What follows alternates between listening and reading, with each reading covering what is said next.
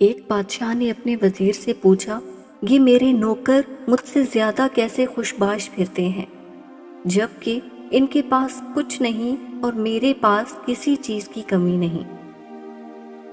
وزیر نے کہا، بادشاہ سلامت، اپنے کسی خادم پر قانون نمبر 99 کا استعمال کر کے دیکھیے۔ بادشاہ نے پوچھا، اچھا، یہ قانون نمبر 99 کیا ہوتا ہے؟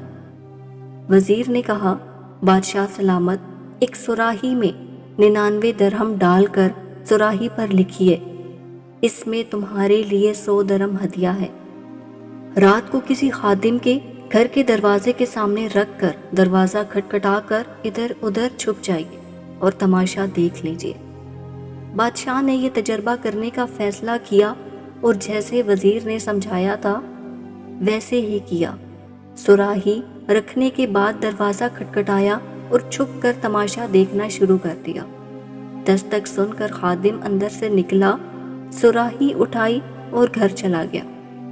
درہم گنے تو 99 نکلے جبکہ سراہی پر لکھا تھا 100 درہم تھا۔ خادم نے سوچا یقیناً 1 درہم کہیں باہر گرا ہوگا۔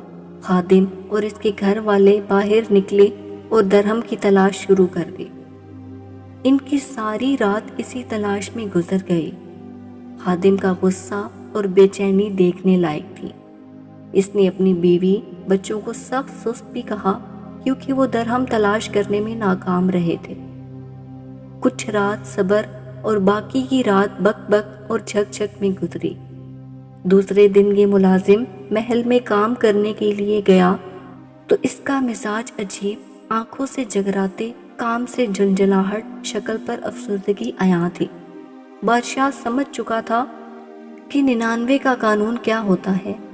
لوگ ان 99 نعمتوں کو بھول جاتے ہیں جو اللہ تبارک تعالیٰ نے انہیں عطا فرمائی ہوتی ہیں، اور ساری زندگی اس ایک نعمت کے حصول میں سرگرداں رہ کر گزار دیتے ہیں جو انہیں نہیں ملی ہوتی، اور وہ ایک نعمت بھی اللہ کی کسی حکمت کی وجہ سے رکی ہوئی ہوتی ہے، جیسے عطا کر دینا اللہ کے لیے بڑا کام نہیں ہوا کرتا۔ حاصل ہو جانے والی 99 نعمتوں پر اللہ تبارک تعالیٰ کا احسان مانیے اور ان سے مستفید ہو کر شکر گزار بندے بن کر رہیے۔ یا اللہ پاک، آپ ہمیں اپنا شکر گزار بندہ بنا دیں، آمین۔ اگر آپ کو یہ ویڈیو اچھی لگی ہے تو اس کو لائک اور شیئر کریں۔